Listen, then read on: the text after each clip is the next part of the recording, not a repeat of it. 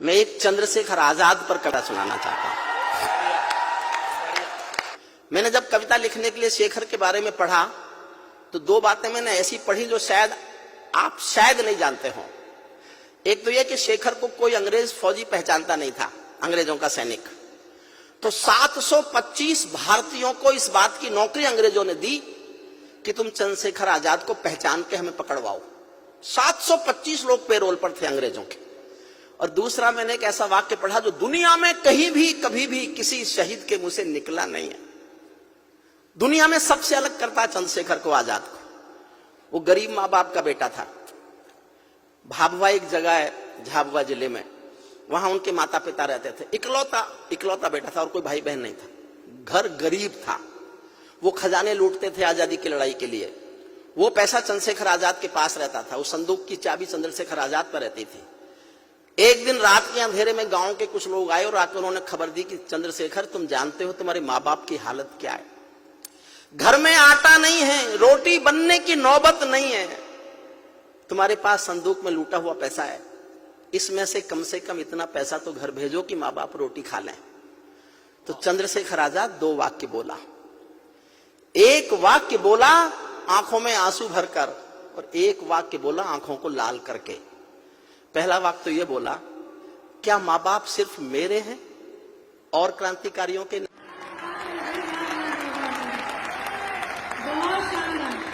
और अगले ही पल आंखें लाल करके कहा कि संदूक में से तो एक पैसा नहीं दूंगा, लेकिन तुम गांव वालों मेरे माँ बाप को रोटी नहीं खिला सको तो मुझे आके खबर कर देना। किसी दिन गांव आऊंगा और अपने इसी पिस्तौल की 2 गोली माँ बाप के सीने में उतार के चला आऊंगा। उसको राजनीति आतंकवादी बताएगी और देश सहेगा। आदरणीय मायावती जी जब सबसे पहली बार भाजपा के समर्थन से मुख्यमंत्री बनी थी तो उन्होंने इटावा में प्रेस के सामने एक बयान दिया था। कुछ चंद्रशेखर आजाद के नाम का किसी विद्यालय का नामकरण बदला जा रहा था, तो किसी पत्रकार ने हिम्मत करके उनसे कह दिया कि देवी क्या कर रही हो, यह महाविद्यालय चंद्रशेखर आजाद के नाम पर है। तो उन्होंने गुस्से में कहा, कौन चंद्रशेखर आजाद, वो आतंकवादी। सरेआम उन्होंने पहली बार भाजपा के समर्थन से मुख्यमंत्री बनने के बाद चंद्रशेखर आजाद को आतंकवादी कहा। भानु प्रताप शुक्ल ने जनसत्ता में लेख लिखा, पूरा पेज का एक लेख था। मैंने हरिद्वार में वो अखबार पढ़ा। मैं पढ़ता रहा, रोता रहा कि ये भाजपा के समर्थन का कोई मुख्यमंत्री चंद्रशेखर आजाद को आतंकवादी कह कैसे सकता है। फिर मैंने अपना मन समझाया कि कोई बात नहीं, कल इनको धमकाया जाएगा, माफी मंगवाई जाएगी और ठीक हो जाएगा।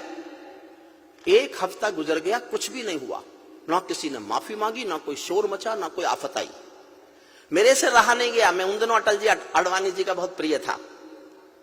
मैं उनके पास गया, जाकर रोया कि ये कि आपके समर्थन का मुख्यमंत्री चंद्रशेखर आजाद को आतंकवादी कह रहा है।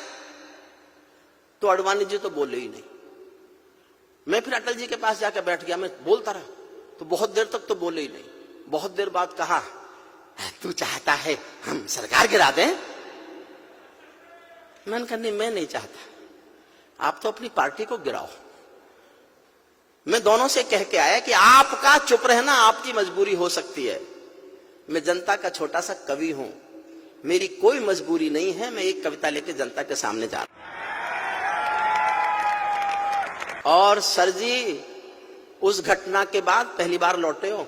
मन तो मेरा भी करता है झूमो नाचूंगा हूं मैं, मन तो मेरा भी करता है झूमो नाचूंगा हूं मैं। आजादी की सौगातों पर 100 गीत सुना हूं मैं, लेकिन शबनम वाला वातावरण कहां से लाऊं मैं, मेघ मल्हारों वाला अंतःकरण कहां से लाऊं मैं दामन में दर्द तुम्हारे अपने लेकर बैठा हूं, मैं दामन में दर्द तुम्हारे अपने लेकर बैठा हूं। आजादी के टूटे फूटे सपने लेकर बैठा हूं। घाव जिन्होंने भारत माता को गहरे दे रखे हैं, उन लोगों को जेड सुरक्षा के पहरे दे रखे हैं, उन लोगों को जेड। ये उस समय की कविता है, अब की नहीं कर रहा। अब वालों ने तो मौका ही नहीं दिया। मैं भी 23 नवंबर को राष्ट्रपति भवन गया था, राष्ट्रपति ने बुलाया था। श्रोता थे राष्ट्रपति, उपराष्ट्रपति, प्रधानमंत्री, 4 कैबिनेट मिनिस्टर और देश के सारे राज्यपाल। उन्होंने कहा मेरे से कोई शिकायत? मैंने कहा जी एक है, आप खिलाफ लिखने का मौका ही नहीं दे रहे।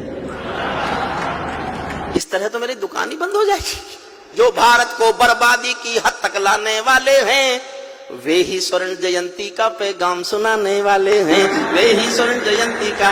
कविता शुरू करता हूँ। आजादी लाने वालों का तिरस्कार तड़फाता है, बलिदानी पत्थर पर थूका बार बार तड़फाता है, इंकलाब की बलवेदी भी जिससे गौरव पाती है।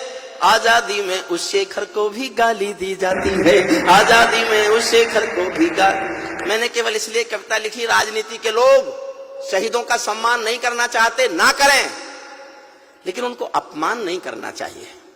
अपमान मत कीजिए, बस मत कीजिए आप सम्मान, आपके संस्कार, लेकिन अपमान मत कीजिए।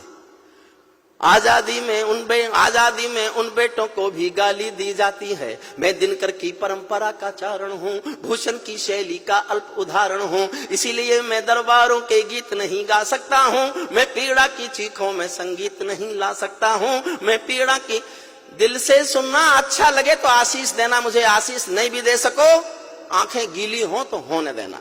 इससे बढ़कर और शर्म की बात नहीं हो सकती थी, इससे बढ़कर और शर्म की बात नहीं हो सकती थी।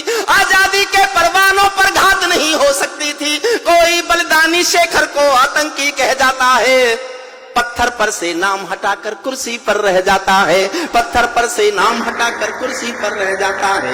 गाली की भी कोई सीमा है, कोई मर्यादा है, ये घटना तो देशद्रोह की परिभाषा से ज्यादा है। मेरी आंखों में पानी है, सीने में चिंगारी है, राजनीति ने कुर्बानी के दिल पर ठोकर मारी है। सारे वतन पुरोधा चुप थे, कोई कहीं नहीं बोला, सारे वतन पुरोधा चुप थे, कोई कहीं नहीं बोला, लेकिन कोई ये ना समझे कोई खून नहीं खौला, लेकिन कोई ये ना समझे को। यही कविता का सौंदर्य है। कहीं ऊपर स्वर्ग में शहीदों की आत्मा सुन रही होगी। जब चंद्रशेखर आजाद को आतंकवादी बताया जा रहा होगा, शहीदों की आत्मा ने सुना होगा, उन पर क्या गुजरी होगी, इस सौंदर्य बोध को मेरे साथ जीना, इसीलिए मैं कविता सुनाना चाहता था।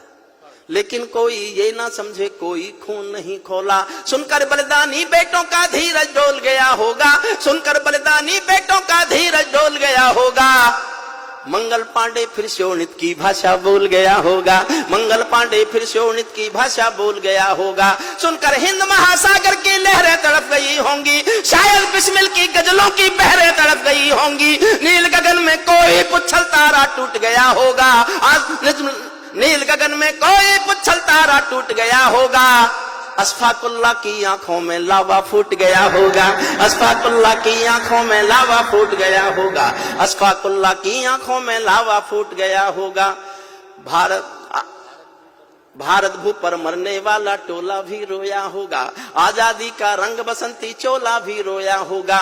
चुपके चुपके रोया होगा संगम तीरथ का पानी, आंसू आंसू रोई होगी धरती की चूनर धानी। सुनना साहब, आपके दिल तक पहुंचे तो ही समर्थन करना। चुपके चुपके रोया होगा संगम तीरथ का पानी, आंसू आंसू रोई होगी धरती की चूनर धानी। एक समंदर रोई होगी भगत सिंह की कुर्बानी। क्या ये ही सुनने की खातिर फांसी झूले सेनानी, क्या ये ही सुनने की खातिर फांसी, क्या ये ही सुनने की खातिर फांसी झूले।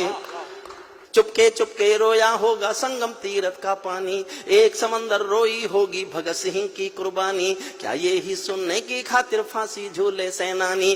जहां मरे आजाद पार्क के पत्ते खड़ गए होंगे, जहां मरे आजाद पार्क के। समर्थन करो तो इतना करना कि मुझे लगे मेरी बात समझ गए, और ना समझ पाओ तो कोई बात नहीं, चुप रह सकते हो। जहां मरे आजाद पार्क के पत्ते खड़क गए होंगे, कहीं स्वर्ग में शेखर जी के बाजू फड़क गए होंगे। शायद पल दो पल को उनकी निदिया भाग गई होगी, फिर पिस्तौल उठा लेने की इच्छा जाग गई होगी, फिर पिस्तौल उठा। सल्यूट आपको, सल्यूट।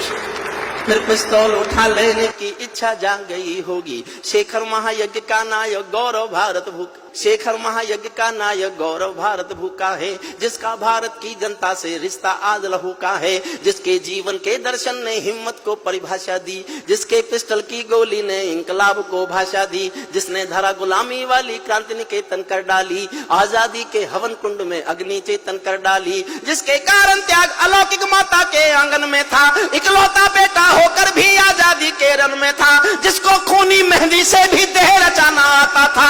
आजादी का योद्धा केवल चले चबे ना खाता था, अब तो नेता पर्वत सड़कें शहरों को खा जाते हैं और पुलों के शिलान्यास में नहरों को खा जाते हैं। अब तो नेता पर्वत सड़कें शहरों को खा जाते हैं। जिसके कारण गोरों, जिसके आजादी के कारण जो गोरों से कभी लड़ी थी है जी, शेखर की पिस्तौल किसी तीरथ से बहुत बड़ी है जी, शेखर की पिस्तौल किसी तीरथ से।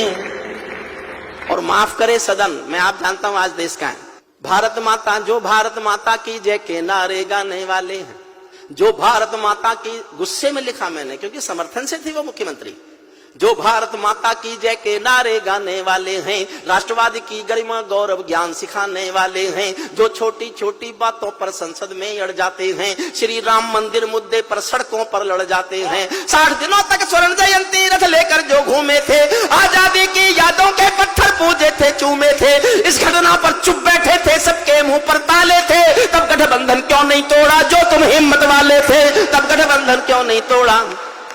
इस घटना पर चुप बैठे थे, सबके मुंह पर ताले थे, तब गठबंधन क्यों नहीं तोड़ा। और साहब तालियां बजाओ तो मैं देखना चाहता हूं, इटावा की याद लेके जाना चाहता हूं, 2 पंक्ति पढ़ रहा हूं, मैं कहने का हौसला करूंगा, आप केवल समर्थन का हौसला कर लेना। सबके मुंह पर ताले थे, तब गठबंधन क्यों नहीं तोड़ा, जो तुम हिम्मत वाले थे, तुम सत्ता में शामिल थे तो टूक डांट भी सकते थे, तुम सत्ता में शामिल थे तो टूक डांट भी सकते थे, जो जीभ शहीदों पर थूके वो जीभ काट भी सकते थे, जीभ शहीदों पर थूके वो जीभ काट, जो सीने अंतिम क्षण पड़ता हूं, जो सीने पर गोली खाने को आगे बढ़ जाते थे, भारत माता की जय कहकर फांसी पर चढ़ जाते थे, जिन बेटों ने आजादी के लिए जवानी दे डाली, आजादी के हवन कुंड के लिए कहानी दे डाली, दूर गगन के तारे उनके नाम दिखाई देते हैं, दूर गगन के तारे उनके नाम दिखाई देते हैं, उनके स्मारक भी चारों धाम दिखाई देते हैं, उनके स्मारक। और कविता की सबसे अच्छी पंक्ति सुनना, उनके स्मारक भी चारों धाम दिखाई देते हैं, वे देवों की लोकसभा के अंग बने बैठे होंगे, तुम्हारी जगह कल के बासी अखबार। और उन शहीदों की जगह मैं बता रहा हूं, वे देवों की लोकसभा के अंग बने बैठे होंगे, वे सतरंगी इंद्रधनुष के रंग बने बैठे होंगे, उन बेटों की याद भुलाने की नादानी करते हो, इंद्रधनुष के रंग चुराने की नादानी करते हो, इंद्रधनुष के रंग चुराने की नादानी करते हो, जिनके कारण ये भारत आजाद दिखाई देता है, अमर तिरंगा उन बेटों की याद दिखाई देता है, उनका नाम जुबां पर लो तो पलकों को झपका लेना, उनकी यादों के पत्थर पर 2 आंसू टपका देना, जो धरती में मस्तक बोकर चले गए, दाग गुलामी वाला धोकर चले गए, मैं उनकी पूजा की खातिर जीवन भर गा सकता हूँ, मैं सूरज का तम के गीत नहीं गा सकता हूँ, मैं पीड़ा की चीखों में संगीत नहीं ला सकता हूँ, मैं पीड़ा की